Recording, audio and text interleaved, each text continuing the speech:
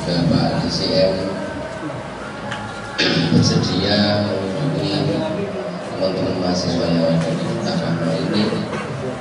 Tentu juga kedatangan beliau ini mudah-mudahan menjadi pemicu dan mendorong untuk lebih bersemangat di dalam menuntut ilmu, karena memang tujuan kita pertama ke Kairu ini adalah untuk menuntut ilmu. Tentu saja beliau ini kan sudah lama melihat Mentari Maki, sudah banyak makan garam, artinya pengalamannya karena hidupnya sudah lebih lama, tentu kan banyak pengalaman. Dan oleh karena itu supaya tidak istilahnya teman-teman mahasiswa di sini supaya lancar di dalam belajar dan karirnya di bidang apapun bisa mulus, tidak ada halangan apa-apa, makanya perlu beberapa strategi.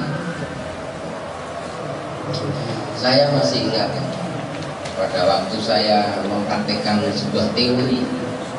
Pada waktu itu saya mendengarkan kuliah Profesor Dr. Kunto Wibisono, seorang filsuf dan dia mantan Dr. UNS. Dia mengatakan di dalam ilmu sosial, tidak termasuk ilmu agama ini, seseorang yang berangkat dari nol ini artinya tidak punya modal apa-apa, sudah kuliah berangkat dari nol, bukan berarti karena orang tuanya gitu. Dari nol, kalau dia itu berusaha keras, diperkirakan umur 40 tahun itu harus sudah establis, harus sudah mapan artinya rumah sudah punya, mobil juga sudah punya, jabatannya juga sudah punya, jadi komplit establis. Itu perkiraannya umur 40, ini berdasarkan riset. Jadi kita membicarakan itu berbasis riset. Itu untuk ilmu sosial. Kalau ilmu eksak lebih mudah. Nah, pada waktu saya mendengarkan ceramah itu, saya umur 35. Kemudian saya berpikir kalau begitu saya 5 tahun lagi. Saya waktu itu saya bersemangat sekali karena teorinya itu berdasarkan berbasis riset. Kalau begitu 5 tahun lagi saya harus doktor, saya harus golongan 4, saya harus punya mobil, walaupun mobilnya itu apa, pokoknya punya mobil, pokoknya roda 4. Itu saya realisasi. Karena apa? Ada satu dosen itu tidak mau namanya beli mobil itu asal jalan, tidak mau, dia ingin belinya baru. Dia nabung terus, kurang 5 tahun pensiun bisa nabung buahnya, akhirnya beli mobil bagus sekali baru tanpa kredit karena hasil nabung itu. Terus latihan nyopir nabrak bro. Setelah itu langsung sudah tidak mau suruh jual,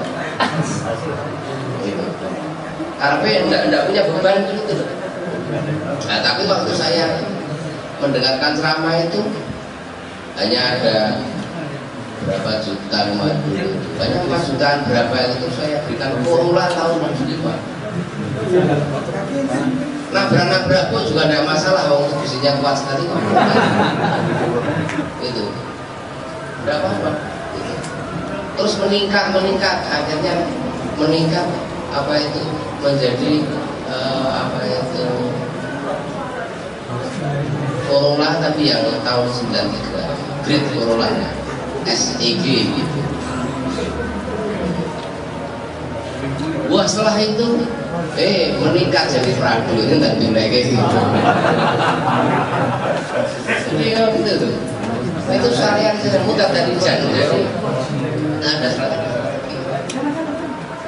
Dan pada waktu itu pas umur 40 tahun kurang 6 bulan sudah dokter juga, berarti terrealisir.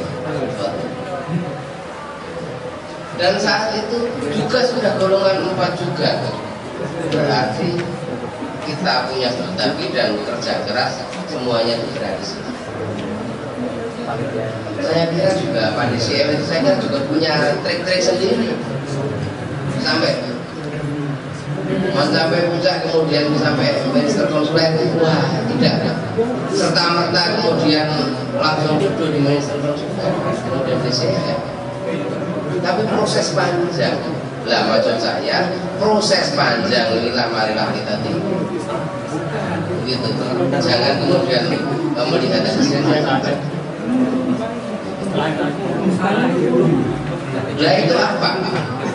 Nah begini, jangan sekali-kali lewat jalan pintas karena ada jalan tol, tapi jangan sekali-kali lewat jalan pintas. Itu sering selimpung mereka. Ikutilah sahabat air. Air itu di mana saja pasti akan mengalir. Walaupun dibendung oleh siapapun, suatu saat juga akan mengalir, tidak mungkin dengan kesabaran.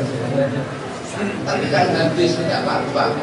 Nasinar habis, menguap jadi hujan, akhirnya tambah kekuatannya mengalir juga. Sahabat air. Dulu pada waktu saya pertama diangkat dosen pertama itu jabatannya asma, asisten ahli media. Jadi kalau masih suku asma itu gajinya masih sedikit karena masih asisten ahli media. Itu golongan 3 itu. Nah ini karena sudah ada, karena saja ini. Tidak apa-apa. Ini kan karena grogi aja.